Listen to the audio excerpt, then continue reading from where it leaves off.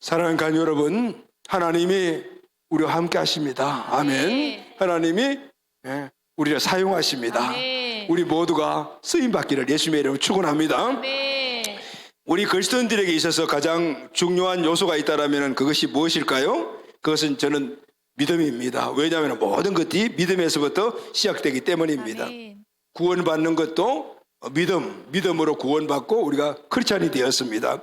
이 믿음은 구원받는 것으로 끝나는 것이 아닙니다. 믿음으로 구원받은 자들은 이 땅에서 살아갈 때 이제는 그 믿음을 키워서 승리하는 믿음을 가져야 합니다. 아멘. 아멘. 그래서 믿음은 두 종류가 있습니다. 첫 번째는 구원받는 믿음입니다. 예수님을 구원자 주인으로 믿고 마음속에 모실 때 그때 우리는 구원받음으로 믿음이 우리 안에 오게 돼요. 그다음부터 믿음이 삭이 트고 믿음이 커가야 되겠죠. 이 커가는 믿음은 승리하는 믿음이라고 말할 수가 있어요. 이 믿음이 커야만이 세상을 살 때 우리가 세상도 이기고 마귀도 이기고 그리고 우리가 이 말씀도 실천할 수가 있고 하나님의 사명도 이룰 수 있고 하나님이 우리 주신 축복을 누릴 수가 있게 되는 겁니다. 할렐루야. 아멘. 자, 이 믿음의 삶을 승리하는 믿음을 우리는 가져야 돼요. 그런데 이 믿음은 우리가 갖고 싶다고 갖는 것이 아니에요. 믿음은 하나님께서 주시는 거예요. 아멘. 아멘. 그럼 우리 가만히 있으면 주시냐? 아니요. 구원받는 믿음은 하나님의 선택에 의해서 우리에게 주셔서 믿어지게 만들어서 구원받지만은 그러나 그 믿음의 씨앗이 우리에게 있는 사람 믿음은 우리가 키워가야 돼요. 할렐루야. 아멘. 그런데 이 키워가는 믿음도 하나님이 주시는 거예요. 열어주실 때가 있는 거예요. 그래서 우리는 하나님이 승리하는 믿음을 열어주실 때 오늘 우리가 해야 될 일이 있어요. 그것은 바로 우리가 말씀과 기도에 집중하는 거예요. 아멘. 아멘. 그럴 때 그 말씀이 우리에게 큰 믿음이 되는 거예요. 그때 우리에게 하나님 주시는 은혜들이 풍성하게 열매를 맺게 되는 거예요. 어떤 사람들은 구원받는 믿음에 머무는 사람들이 있어요. 그런데 어떤 사람들은 승리하는 믿음을 갖게 되어서 세상에서도 단단히 역동적으로 살면 승리하고 사명도 이루고 축복도 언제 누리며 살아가는 거예요. 그런데 여러분, 이 승리하는 믿음은 하나님께서 우리를 보시고 이제 세상을 이기는 믿음을 줄 때가 되었구나 라고 해서 그 믿음을 열어주시는 거예요. 할렐루야. 믿음의 문을 열어주시는 거예요. 그런데 이 믿음의 문이 열릴 때 징조가 있어요. 그래서 우리는 그 징조를 잘 분별할 줄 알아야 돼요. 믿음을 키워가는 징조는 그것은 우리에게 시련과 어려움이에요. 어려움이 우리에게 닥칠 때는 하나님이 우리에게 믿음을 키워주시기 위해서 바로 큰 믿음의 문들을 열어주시는 거구나 라고 생각을 해야 돼. 할렐루야. 아멘. 아멘. 그리고 그 어려움들을 우리가 이겨나가야 돼요. 그럴 때마다 우리의 믿음이 정진, 커가는 믿음이 되는 것이에요. 아멘. 이번에 필리핀 베델 비전교회를 보면서 이전에는 구원받는 믿음을 문을 열어주셨구나 라고 생각을 했지만 이번은 가서 보면서 이제는 승리하는 믿음의 문을 열어주시는 때가 왔구나라는 거. 할렐루야. 아멘. 그리고 우리 공동체 가족들의 오늘 현실을 보면서도 이 승리하는 믿음의 문은요 한 번에 열리는 게 아니고 단계로 열리는 거예요. 그러니 하나님은 우리에게 이전과 다른 승리하는 믿음의 문을 우리 가족들에게 열어주시는 거구나. 할렐루야. 아멘. 이제는 큰 문을 우리가 열고 닫고 들어가는 이런 믿음의 사람들이 돼야 되는 거죠. 아멘. 아멘. 자, 사도행전 오늘 본문 27절 말씀을 먼저 한번 읽어봅시다. 시작. 그들이 이르되 교회를 모아 하나님이 함께 행하신 모든 일과 이방인들에게 믿음의 문을 여신 것을 보고하고. 아멘. 여기 보면 믿음의 문이라는 문이 나오죠. 이방인들에게 하나님이 믿음의 문을 열어주셨다라는 거. 할렐루야. 아멘. 왜 믿음을 문이라고 말할까요? 여러분, 문의 역할이 뭡니까? 오늘 여러분들이 우리 본당에 들어올 때 문 열고 들어왔잖아요. 문은 들어오는 입구고 나가는 출구예요. 들어왔다가 나가는 곳이 문이에요. 문은 무엇과 무엇 사이에 있어요. 문이 들어오는 입구라면은 나가는 출구란 말이죠. 그래서 중간에 위치해 있는 것이 문인데 문은 안과 밖을 연결하는 통로가 되는 겁니다. 그래서 문은 목적지가 아니고 통과하는 것이죠. 누구나 문으로 들어가지만 그것을 최종적인 목적지로 삼고 사는 사람들은 없어요. 그러면은 이런 생각을 할 수 있잖아요. 문이 크면은 어떤 큰 물건을 갖고 들어갈 수가 있고 문이 적으면은 작은 물건밖에 못 갖고 들어간다. 또 갖고 나갈 때도 마찬가지죠. 문이 커야만이 큰 물건을 여러분들이 이 문에 들어왔을 때 제가 여러분들에게 선물로 이 드럼실 전체를 줬다고 생각을 해보세요. 그럼 갖고 나갈 수가 있어요? 못 갖고 나가죠. 그러니까 문이 엄청 커야만이 엄청나게 큰 것을 받고 갖고 나갈 수 있다는 거죠. 하나님은 우리에게 제한없이 많은 것들을 주시지만은 우리가 그것을 받고 누리려면은 우리의 믿음의 문이 커야 된다. 할렐루야. 아멘. 그렇습니다, 여러분. 믿음도 이 문과 같습니다. 믿음은 하나님께 들어가는 과정입니다. 또 나와 하나님을 연결하는 통로입니다. 문이 없으면은 목적지에 들어갈 수 없듯이 믿음이 없으면은 하나님 앞에 들어가지 못합니다. 그래서 우리에게는 믿음이 있어야 합니다. 아멘. 믿음의 시작은 구원받는 것이지만 그 이후에는 우리가 믿음으로 크게 열리게 되면은 하나님께 자주 들어갈 수 있고 자주 만날 수가 있고 하나님께 받은 것들을 더 많이 우리가 소유하며 그것을 갖고 나와서 누릴 수가 있다 그 말이에요. 아멘. 그래서 여러분 우리에게는 이 믿음의 문, 이 문의 역할이 중요하다는 것. 사랑하는 간 여러분, 우리 믿음이 큰 문이 되기를 바랍니다. 아멘. 오늘 본문의 말씀을 보면은 바로 그것을 이야기를 해줘요. 이 본문의 사건은 바울의 1차 전도 여행 중에 일어난 사건입니다. 바울과 바나바는 안디옥에서 1차 전도여행을 출발을 하죠. 지금 구브로 섬이라는 것은 키프로스 섬을 이야기하는데 그것을 지나 터키의 남쪽 버가 쪽으로 상륙해서 비시디아 안독으로 들어가요. 안독이 두 군데예요. 바울과 바나바가 있는 곳은 수리아에 있는 안디옥이고 지금 여기 나오는 안디옥은 비시디아라는 지방에 있는 안디옥이에요. 그래서 거기를 걸쳐 이고니온 그리고 또 유스드라 더베를 걸쳐 다시 돌아오는 과정을 계획하고 갔어요. 그런데 오늘 우리가 읽은 본문 말씀의 사건은 유스드라라는 곳에서 일어났습니다. 안디옥에서 바울은 성령의 능력으로 복음을 담대하게 선포합니다. 수많은 사람들이 예수님을 구원자 주인을 믿고 하나님께 돌아오는 놀라운 사건이 일어났습니다. 그런데 이 바울의 소문을 들은 극우파 유대인들, 다시 말하면은 유대교회의 핵심 그런 거국 이런 사람들이죠. 이 사람들이 바울을 죽이려고 이곳까지 따라와요. 엄청나죠? 이들은 결단을 해요. 바울이 원래 유대교회의 아주 열렬분자였잖아요. 근데 배신을 해서 기독교로 갔으니까 이들이 화가 이만큼 난 거죠. 그래서 아주 바울을 죽이기 전까지 우리 밥도 안 먹을 거야. 이렇게 맹세하는 극우파 단체가 있었어요. 그들이 따라온 거예요.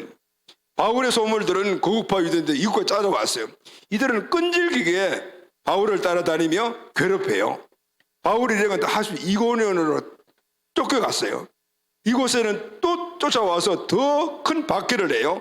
자, 사도행전 14장 5절을 우리 다 같이 한번 읽읍시다. 시작. 이방인과 유대인과 그 관리인들이 두 사도를 모욕하여 돌로 치려고 달려드니 이들이 돌로 이 두 사도와 그 일행을 막 죽이려고 했어요. 근데 할 수 없이 두스드라라는 곳으로 도망을 쳐요.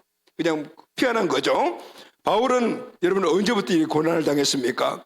전도 여행을 시작할 때부터였어요.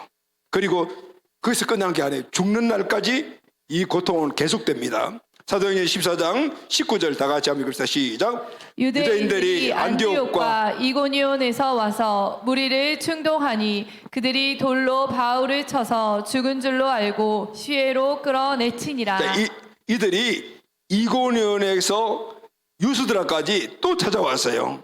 그래서 그들 거기서는 아이 돌로 쳐서 바울이 죽은 줄로 알고 성 밖으로 갖다 버려요. 시체를 갖다 버렸다는 거죠. 이 사람들은 악해도 정말 너무 악한 존재들입니다. 안디옥까지 따라오고 이고니온을 또 따라오고 이제는 루스드라까지 찾아왔어요. 다시 말하면은 원정 핍박단, 원정 암살단이라고 말할 수가 있어요. 근데 이고니에서 루스드라까지는 170km 정도, 그리고 비시디아 안디옥에서 루스드라까지는 45km 정도인데 합하면은 215km 정도가 돼요. 그러면은 약 우리 서울에서 김천까지 거리가 정도 되거든요. 엄청 먼 거리잖아요. 지금같이 교통편이 좋은 때도 아니잖아요. 터키는 산이 많아요. 그 높은 산을 넘고 수백 킬로를 바울을 쫓아왔어요. 얼마나 악심을 품었으면은 그 먼 곳까지 바울을 죽이려고 해요. 바울을 꼭 죽이겠다는 생각을 갖고 찾아온 거예요. 그런데 여러분, 그러면은 이 루스드라에서 바울이 어떻게 되었을까요? 자, 19절에 보면은 바울이 죽은 줄 알고 그들이 돌로 바울을 막 쳤어요. 그 바울이 돌을 맞고 돌로 맞았으니까 막 엉망진창이 됐겠죠. 그래서 사람들이 죽은 줄 알고 그리고 밖으로 갖다 버린 거예요. 그런데 이 바울이 죽은 줄 알고라는 이 구절을 보게 되면은 실제 바울이 그러니까 기절했다 이런 의미가 아니고 진짜 죽었다라는 거예요. 여기 보면은 알고로 번역된 노미존 테스의 원형이 노미존인데 이것은 경험상 아는 것이에요. 여기 보면은 죽은 줄 알고라는 건 딱 보니까 죽었다라는 것을 확인했다라는 거예요. 그리고 바울은 진짜 죽은 거예요. 폭도들은 바울이 죽은 것을 확인하고 성 밖에다가 버렸던 거예요. 그 성 밖에서 바울에 함께했던 전도팀들이 바울이 죽은 줄 알고 버려진 시잡에서 이렇게 보고 있었겠죠. 어떡하지? 그런데 사도행전 14장 20절 상반절 말씀을 보면 이렇게 기록되어 있어요. 다 같이 한번 읽읍시다. 시작. 제자들이 둘러섰을 때 바울이 일어나. 엄청 놀랐을 것 같아요. 죽었다고 던졌는데 이렇게 보고 있는데 벌떡 일어났으니까 얼마나 놀랐겠습니까? 근데 여기에 일어나의 아나스타스라는 이 헬라의 원형이 아테스 테마인데 내용 가운데는 죽은 사람이 살아났다라는 내용이 같이 있어요. 그래서 실제 사도 바울은 죽었던 거예요. 돌에 맞아서 엉망진창이 됐겠죠. 죽었대. 그런데 하나님이 또 살려주세요. 할렐루야. 아멘. 바울은 복음을 전하다가 돌에 맞아 죽었어요. 그는 죽기까지 고난을 당한 거예요. 그 위에 말씀을 보면은 죽었던 사람이 벌떡 일어나서 몸이 만시장이 되지 않겠습니까? 돌로 맞으니까 머리고 얼굴이고 몸이고. 그런데 이 성 안에는 아직 하나님을 알아야 될 사람들이 있다고. 이걸 누가 봤겠어요? 제자들이 함께 본 거죠. 죽기까지 고난을 당했던 이 사도 바울인데요. 이 칠흑 같은 고난의 때에도 바울은 제자들에게 그런 상황에서도 믿음을 말합니다. 여러분, 우리가 몸이 좀 아프죠? 좀 힘들고 그러면은 뭘 생각하죠? 내 몸 생각하지 않습니까? 주일날 또 몸 많이 아프면은 예배 드리러 우리가 안 오는 건 뭐 일상적으로 우리가 생각하는 거잖아요. 내가 몸이 아픈데 예배는 늘 드릴 수 있는 것인데. 근데 사도 바울은 복음을 전하다가 맞아 죽어서 일어났어요. 몸도 운신하기도 힘들지 않았겠습니까? 그러면은 몸 좀 회복하고 또 들어가서 복음 전해야지 이렇게 생각할 수 있잖아요. 근데 아니고 아니야. 지금 들어가서 복음을 전해야 돼. 왜냐하면은 하나님이 구원받을 만한 그 때를 주신 사람들이 있기 때문에 내가 복음을 꼭 전해야 된다 이 생각을 갖고 있었던 거예요.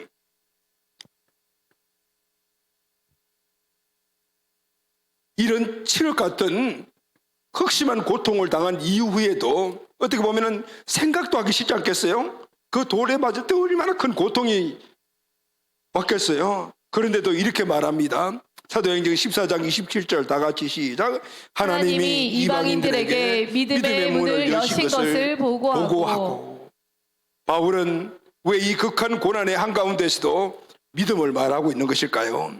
믿음이 그만큼 중요하기 때문에. 아멘. 구원받는 믿음 주셨다라면은 이제는 이 세상에 한 뜻을 이루고 한 주신 은혜를 누리고 살아가기 위해서는 또 믿음이 있어야 되기 때문에 그래서 이 극심한 고통 가운데서도 네 몸 생각해라 하지 않고 믿음을 생각하라고 이야기를 하고 있는 겁니다. 자, 그럼 여러분, 사도 바울은 고난을 이기는 믿음뿐만 아니라 죽음까지 이기는 믿음을 소유하고 있었어요. 그러면은 이 믿음은 그냥 아무렇게나 하나님이 알아서 주시는 거 아니에요. 이 믿음은 사도 바울이 그동안 키워온 믿음이었어요. 사도 바울은 어떻게 해서 죽음마저 이기는 이 믿음을 키워왔을까요? 이 말씀을 우리가 한번 생각해 보기를 원합니다. 첫 번째, 큰 믿음은 시련과 고난 가운데서 만들어집니다. 할렐루야. 아멘. 바울이 말하는 큰 믿음은 고난 속에서 만들어진 믿음이었어요. 그리고 시련 가운데서 믿음은 그렇게 점점 커가는 겁니다. 그 누구도 고난을 좋아하는 사람이 없습니다. 저도 그렇고 여러분도 그래요. 그러나 사도 바울은 알고 있었습니다. 아무리 고난이 우리에게 큰 시련과 어려움을 준다 하더라도 그 안에 고난의 안에 하나님 주시는 유익이 있다는 사실을 알았어요. 고난을 통과할 때 큰 믿음을 갖게 된다는 사실을 사도 바울은 알고 있던 거예요. 22절 말씀을 우리 다 같이 읽읍시다. 시작. 제자들의 마음을 굳게 하여 이 믿음에 머물러 있으라 권하고 또 우리가 하나님 나라에 들어가려면 많은 환난을 겪어야 할 것이라 하거든. 하나님 나라에 들어가기를 니들이 원하지 않냐? 그러면은 많은 환난을 겪어야 된다. 순탄하게 하나님 나라에 들어가는 법은 없다라는 거예요. 환난이라는 이 말의 헬라어가 들립시스라는데 외부에서 오는 고통을 말해요. 여러분, 고통에는 종류가 많지 않습니까? 정신적인 고통, 육체적인 고통, 또 영적인 고통 등 이거는 내적 고통입니다. 본문에서 말하는 환난은 밖에서 오는 고통이에요. 바울은 말하는 게 그것이 어떤 고통이든 간에 우리가 그 고통을 이겨나가야만이, 그래야만이 큰 믿음을 가져야만이 하나님 나라에 들어갈 수가 있다. 하나님의 나라에 들어가려면 이 환난을 통과해야 된다라고 그렇게 말하고 있는 거예요. 시련과 환난을 통과할 때 어떤 일이 일어납니까? 믿음이 생기는 겁니다. 할렐루야. 아멘. 왜 그렇습니까? 사람들은 불가항력적 고통이 찾아오면 하나님을 찾게 됩니다. 자기 힘으로 해결할 수 없기 때문입니다. 사람들은 자기가 할 수 있다고 생각하면 하나님을 찾지 않아요. 할 수 없다라고 생각될 때 하나님을 찾습니다. 그래서 하나님은 가끔 우리에게 일부러 고난을 주시기도 해요. 고난을 통해 우리 믿음이 커가기를 원하며 이 세상을 승리해서 마귀의 밥이 되고 세상에 침몰되지 않도록 하기 위해서 어떤 경우에는 일부러 고난도 주실 때도 있다, 그 말이에요. 사랑하는 가족 여러분, 우리의 삶을 한번 돌아봅시다. 우리의 믿음이 언제 큰 믿음이었습니까? 두말할 것도 없이 시련을 당할 때 우리의 믿음이 최고도에 도달할 때요. 저도 제 인생을 돌아보니 가장 믿음이 좋았을 때가 시련 가운데 있을 때요. 교회 재정적인 문제, 개인적인 정신적인 문제, 환경에서 오는 여러 가지 어려움, 내 힘으로 도저히 할 수 없을 때 그때 가장 많이 하나님을 찾는 것을 볼 수 있었어요. 누가 불쑥 찾아오는 내 인생의 환난을 자기 힘으로 막을 수 있는 사람이 어디 있겠습니까? 못 막습니다. 그러나 이 고난에는 유익이 있다는 사실을 아는 사람은 이것을 막는 방법을 알아요. 그것은 바로 하나님을 의지하고 하나님을 찾는 겁니다. 할렐루야. 아멘. 그때 우리는 하나님이 왜 이 시련을 나에게 주냐는 그것을 알게 되고 그때 부쩍 우리의 믿음이 성장하는 것을 보게 되는 거죠. 아멘. 여러분, 사무엘상에서 사무엘하까지는 전부 다윗의 이야기잖아요. 대부분 배경이 광야입니다. 다윗이 사울을 피해서 숨었던 동굴 이야기가 4번 나옵니다. 다윗이 사울에게 죽을 뻔한 이야기가 6번이나 나옵니다. 시편 전체가 150편이잖아요. 그중에 3분의 1이 다윗의 시인데 거의 다가 광야에서 체험한 고난을 배경으로 쓴 내용입니다. 왜 하나님이 다윗을 오랫동안 광야에서 고생하도록 만드셨을까요? 다윗이 미웠을까요? 아니요, 하나님이 다윗을 너무너무 사랑하신다고 그랬어요. 딱 한 가지예요. 하나님을 의지하는 법을 배우는데 최고의 적합한 장소가 광야였기 때문에 그 기간이 길었다라는 것은 그 큰 믿음의 사람으로 만들기 위함이었습니다. 바로 믿음 때문이었어요. 시편의 수많은 승리의 고백은 다 광야에서 하나님을 의지할 때 그때 성장했던 믿음의 결과였습니다. 그런데 여러분, 다윗의 역사를 보게 되면은 다윗이 하나님 주신 축복의 최절정에 있을 때가 있었어요. 이제는 나라가 안정이 되고 모든 것이 평화되고 전쟁만 하면 이겼을 때 그때 어떤 일이 일어났습니까? 다윗의 치명적인 범죄가 그때 일어났어요. 바세바 사건도 그때 일어났고 아들 압살롬의 사건도 이런 건 광야에서 일어나는 것이 아니에요. 물질, 명예, 세상에 필요한 것들이 다 갖고 있은 이 절정의 시기에 최고의 문제가 일어났던 것을 볼 수가 있잖아요. 여러분, 광야는 우리에게 힘든 것이지만은 그러나 거기에서 큰 믿음이 나옵니다. 할렐루야. 아멘. 어차피 우리 인생은 광야를 걸어가는 인생이에요. 천국에 갈 때까지 이 땅은 늘 어림없이 우리의 광야가 와요. 좋은 때도 있지만 광야도 찾아오거든요.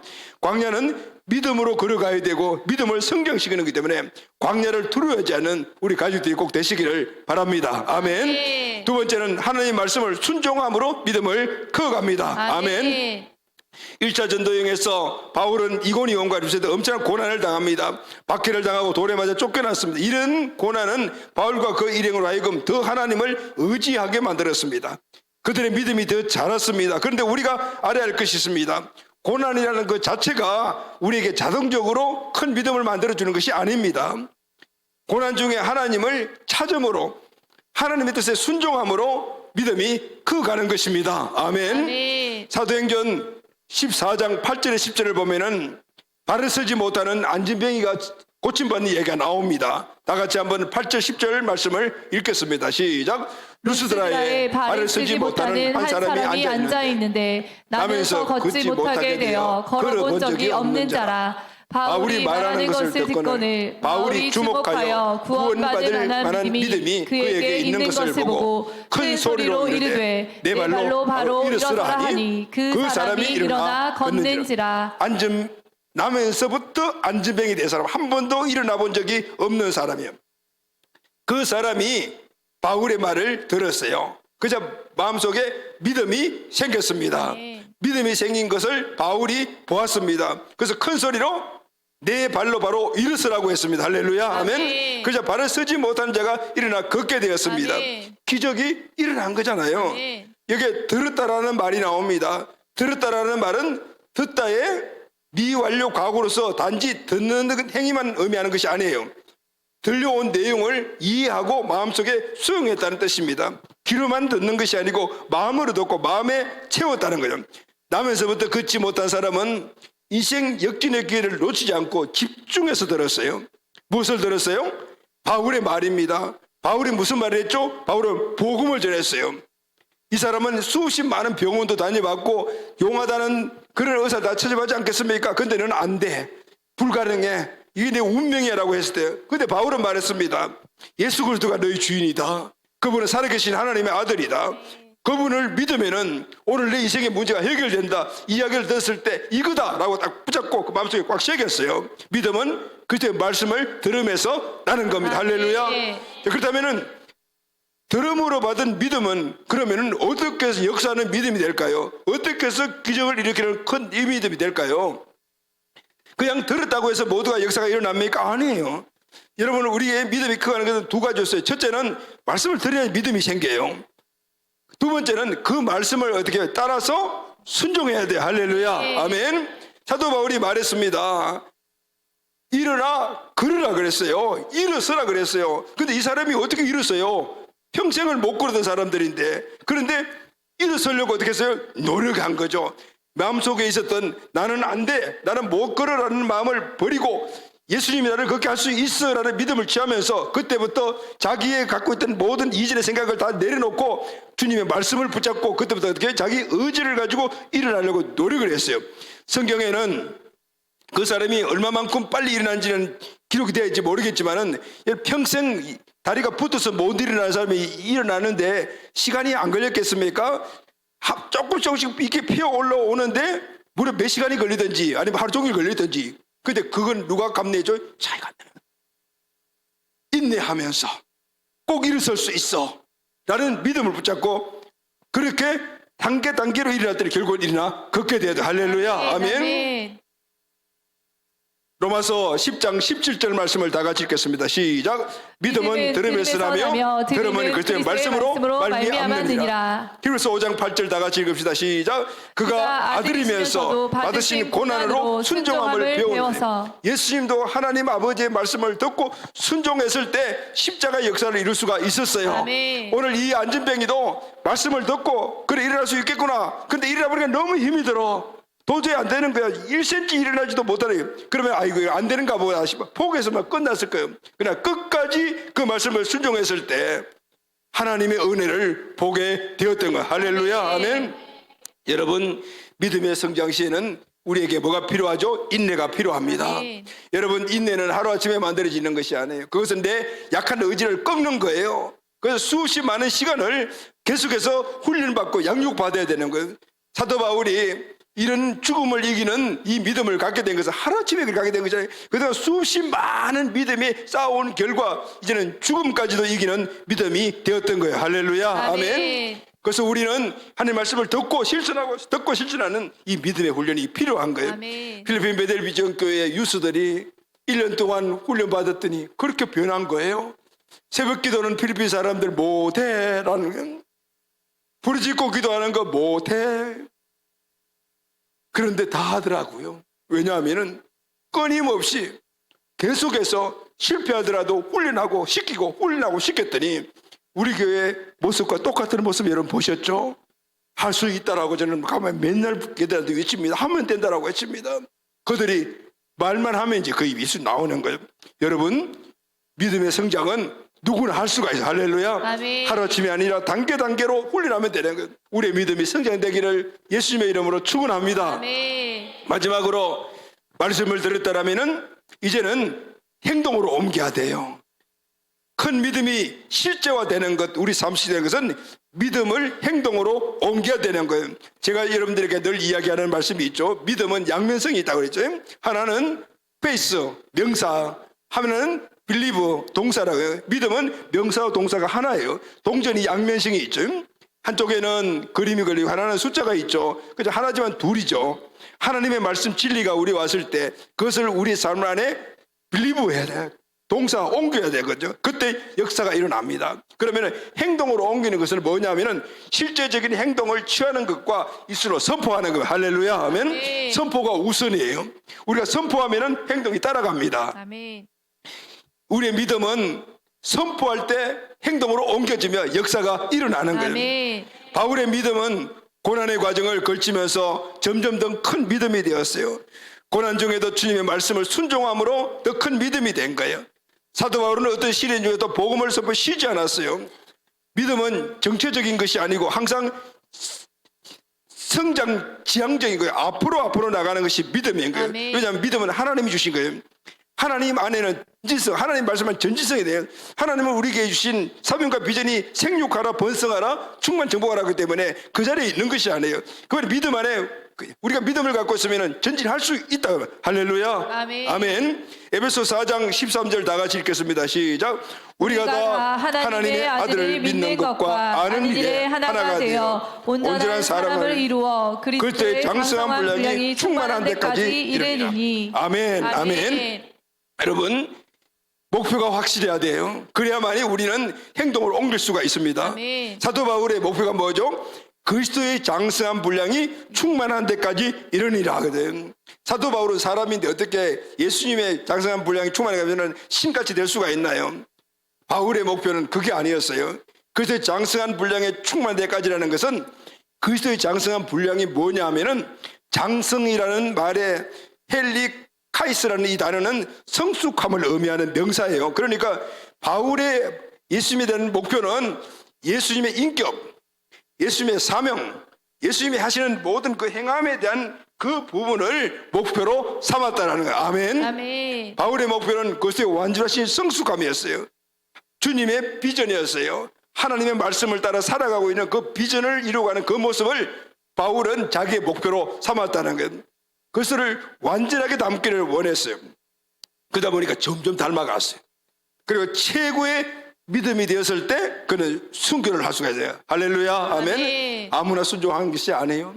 믿음이 성장해서 죽음도 두려워하지 않는 그 믿음이 되었을 때 순교할 수가 있는 거예요. 바울의 이 성숙한 믿음은 어떻게 만들어졌을까요? 자신의 믿음을 계속 사용했기 때문입니다. 아멘. 아멘. 여러분, 사랑도 사용해야 커지는 거예요. 자꾸 사랑한다고 이야기를 해야 되고, 사랑하는 사람들에게 돈도 투자하고 시간도 투자해야지 사랑이 커가는 거예요. 믿음도 사용해야 큰 믿음이 되는 거예요. 천하의 바울이라도 안디옥에 앉아서 성경만 계속 연구했다면 위대한 선교자가 될 수 있었겠습니까? 안 됩니다. 자꾸 믿음을 사용했을 때 큰 믿음이 되었다.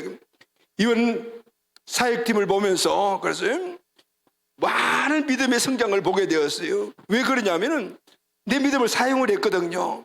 그 믿음이라는 것은 하나님이 중심으로 사용하는 모든 것들을 이야기를 하잖아요. 재정도 사용하고 시간도 사용하고 내가 필요한 것들을 내려놓고 주님의 사용한 그런 것들이 쌓이고 했던 결과들이 보니까 이제는 완전히 필리핀 베델 비전교회의 다음 세대에게 믿음의 본이 되는 믿음으로 바뀌어졌더라. 할렐루야. 아멘. 네.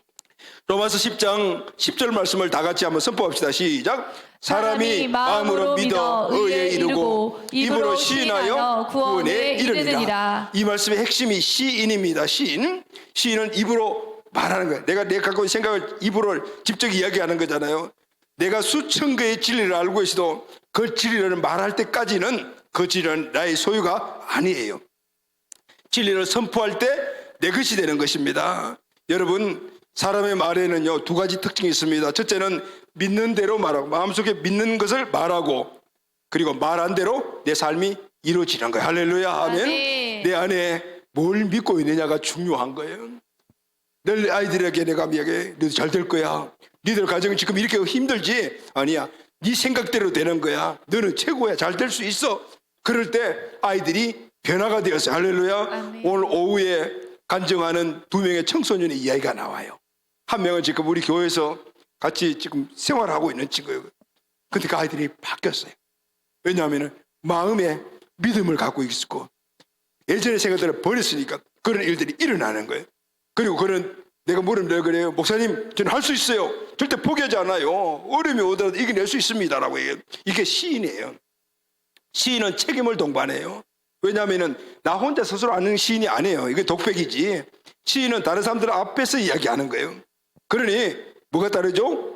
책임이 따르는 거예요. 그러니까 내가 의지를 이렇게, 여러분, 나는 의지가 약해서 못해요. 아니에요. 시인하십시오. 시인할 때 없으면 나한테 와서 이야기를 해요. 목사님, 나 이거 할 겁니다. 만약에 이거 못하면은 한 번 못할 때마다 벌금 100만 원씩 낼게요. 딱 그렇게 와가지고 여러분들 이야기하십시오. 그러면은 벌금 100만 원이 무서워서 하게 돼 있다니까요. 예전에 우리 제자대학 갈 때 우리 청년들이 그런 일 잘했잖아요. 새벽기도 한 번 못 나면은 뭐 5천 원, 1만 원씩 내겠습니다. 한 2주 한 10만 원씩 목사님이 용돈하러 갖다 줘보니까 너무 아깝잖아요. 그 다음부터는 끼를 쓰고 새벽기도를 하는 믿음이 크더라. 할렐루야. 아멘. 네. 여러분, 누가 믿음의 말을 합니까? 아무나 말하는 것이 아닙니다. 시편 107편 2절 다 같이 읽읍시다. 시작. 여호와의 속량을 받은 자들은 이같이 말할지어다. 여호와께서 대적의 손에서 그들을 속량하사. 여호와의 속량을 받은 자들이 믿음의 말을 하는 거예요. 아멘. 여러분, 속량받은 자가 누굽니까? 저와 여러분들이에요. 아멘. 구원받은 자들입니다. 여러분, 구원받지 않는 사람들은 믿음의 말을 할 수가 없어요. 그러니 믿음에 따르는 은혜와 축복과 누림의 삶을 못 누려요. 그러니까 우리는 얼마나 큰 축복을 받았습니까? 그런데 왜 믿음의 말을 안 하느냐 말이죠. 이제부터 우리의 모든 삶에 믿음의 선포의 말을 하게 되기를 예수님의 이름으로 축원합니다. 아멘. 아멘. 그래서 성령께서 초대교회 성도들에게 이렇게 말합니다. 사도행전 5장 20절 다 같이 읽읍시다. 시작. 가서 성전에 서서 이 생명의 말씀을 다 백성에게 말하라. 할렐루야. 아멘. 아멘. 말하는 게 복음을 선포하라는 거예요. 축복을 선포하라는 거예요. 아멘. 진리를 선포하라는 거예요. 아멘. 그때는 축복이 나타나고 구원받는 역사가 나타나고 하나님의 능력이 나타나게 되는 겁니다. 아멘. 아멘. 진리를 나만 알고 있으면 나만 살리지만은 진리 선포를 다른 사람들에게 하면 다른 사람들이 살아나는 겁니다. 아멘. 그 역사를 우리 지금 보고 있습니다. 아멘. 아멘. 이때 그 사람들의 믿음만 갖는 것이 아니고 우리의 믿음은 크가는 믿음으로 바뀌어지는 거예요. 아멘. 이전에는 복음으로 구원받는 믿음에 머물렀다면 이제는 승리하는 믿음으로, 하나님은 그 승리하는 믿음을 우리에게 주시기 위해서 우리에게 요구하는 것이 있어요. 그게 뭐냐면은 시련과 어려움과 고통을 주시는 거예요. 아멘. 아멘. 그런 고통이 왔을 때 우리의 믿음이 커가는 하나님이 지금 큰 문을 열어주시는구나. 아멘. 아멘. 이럴 때 우리는 아멘하고 따라갈 때 우리의 믿음이 커가게 될 줄로 믿습니다. 아멘. 아멘. 마무리하겠습니다. 사랑하는 간 여러분, 이번 여름 사역을 통해 하나님이 우리에게 다른 차원의 믿음의 문을 열어주시는 것을 보게 되었습니다. 아멘. 첫째는 이때까지 필리핀에 가게 되면 하나님 구원의 문을 열어주세요라고 늘 우리가 기도하고 복음을 전했지만은, 필리핀 베들 비전교를 세우고 난 다음에도 작년까지는 그랬지만은 올해는 이들에게 하나님께서 승리하는 믿음의 문을 열어주시고 계시구나 아멘. 라는 사실을 알게 되었습니다. 아멘. 그것은 그들도 어떤 어려움과 문제들, 정말 힘든 새벽기도, 금요기도에 그 문이 열려주고 있는 거예요. 그것은 하나님께서 이들에게 이제는 구원받은 믿음에서 머물지 않고 세상을 이기고 자기 자신을 이기고 마귀를 이기면서 승리하는 믿음으로 나가게 만드시는 거구나 라는 것을 보게 되었습니다. 아멘. 또 하나는 우리 교회의 믿음의 문입니다. 아멘. 특별히 이번 2차 여름 사역을 통해서 이전과 다른 많은 기류를 보게 되었습니다. 많은 성도들이 지난번 우리 필리핀 베드비교를 세우면서 리모델링 하면서 우리가 헌금을 많이 했잖아요. 그럼에도 불구하고 진짜 어려운 가운데 요즘 교회 전체 일반 재정들이 많이 지금 다운돼서 불구하고 이번 사역에 그리고 어린이 예배실을 짓는데 한 마음이 되어서 헌물을 하고, 그래서 여러분 너무나 기쁜 소식은 여러분들이 가기 전까지만 해도 엄청나게 많은 마이너스가 되어 있었거든요. 어린이 예배실 짓는데. 그런데 지금 요번에 가서 어린이 예배실 건축비, 리모델링 건축비를 완납했습니다. 할렐루야, 아멘. 그런데 그걸 보면서 한편 기쁘기도 하지만은 헌물을 드린 사람들 명단을 내가 늘 보고 매일 기도하지 않습니까? 누구나 넉넉한 사람은 없지만은 정말 넉넉하지 않는 분들의 사역자들, 성도님들 한 마음이 되어서 그렇게 마음을 담았던 결과 이제 온전히 하나님께서 하드웨어를 완전히 만들어 주셨구나. 이제는 필리핀 베델 비전교회도 승리하는 믿음의 문을 여시는구나. 할렐루야, 아멘. 그리고 이번 사역팀을 봤을 때 초등학교 1학년부터 시작해서 60대 할아버지, 70대 할아버지 이렇게 같이 가정이 함께 갔는데, 가정이 함께 간다는 것이 쉬워요? 모쪼록 한번 여름에 맞았는데 여름 휴가도 다 포기하고, 또 재정적으로 어려운 부분들, 어떤 가정은 결혼하기 위해 준비하는 것도 깨가지고 헌물 드리는 분들도 있고, 앞으로 준비해야 될 육아를 위해 가지고 준비한 그 헌물도 드린 사람들도 있고, 그리고 힘든 여러 가지 많은 건강적인 문제가 있었거든요. 우리 다희 사모가 가기 전에 2주 전에 그동안 정말 1년 이상 기도했던 하나님이 축복의 선물을 주신 거예요. 할렐루야, 아멘. 그러니까 2주밖에 안 됐는데 가면 안 되잖아요. 가지 마라, 쉬어라 했더만 안 된대. 하나님이 나중에 내가 그랬죠. 내 믿음이 약하구나. 우리 다이보다도 내 믿음이 더 약하구나. 그래. 가기 전에 나도 여러 가지로 엄청나게 막 스트레스 막 쌓여지고 했는데, 그래도 이기고 가야지 했는데, 또 하나님은 천사를 보내주셔가지고 원기를 이길 수 있도록 그렇게 주사도 많이 맞고 갔어요. 그러니까 힘들더라도 할 수 있도록 만들어 주셨거든요. 그런데 우리 다희 사모가 가자마자 입덧을 시작을 한 거예요. 거기서 얼마나 환경이 열악해요. 그러면서 열도 막 나기 시작. 올 때는 마음이 너무 막 불안한 거라도 불안할 수가 없죠. 그래서 기도도 하고 했는데 올 때 열이 더 많이 났다라고 막, 그래서 마음도 막 그러고. 그래서 어제 갔다 와서 바로 병원 갔는데 아이 심장박동수가 더 건강해졌대. 할렐루야. 아멘. 그래서 내 믿음이 약하구나 이거 이런 생각을 하면서 가정도 함께 온 가정 1년을 준비해서 가고, 그리고 얼마나 많이 준비를 해서 애들 나눠주고 하는 걸 보면서 하나님께서 이제 우리 교회의 또 성도들의 다시 승리하는 믿음의 큰 문을 새로 열어주시는구나. 할렐루야, 아멘.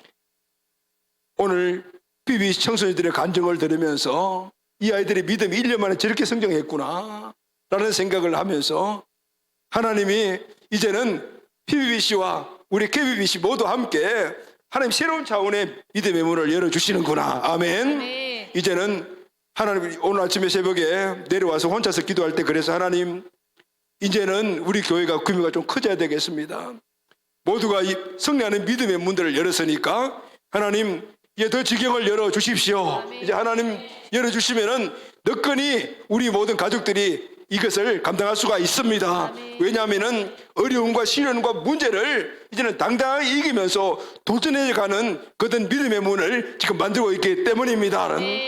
오늘 기도하니까 너무 감사한 거죠. 사랑하는 여러분, 하나님이 우리를 마음껏 사용할 수 있도록 우리의 믿음의 문을 열면은 어떤 고난도 이겨나가면은 하나님이 우리에게 하나님의 일을 감당할 수 있도록 하나님의 은혜와 축복들을 폭포수같이 부어줄 줄로 믿습니다. 아멘. 우리의 지경이 넓어지는 것은 하나님의 지경이 넓어지는 거예요. 여러분의 삶에 목표가 큰 믿음을 갖는 목표로 삼고 하나님께 쓰임받는 우리 개인과 그리고 또 우리 공동체가 꼭 되기를 예수님의 이름으로 축복합니다. 아멘.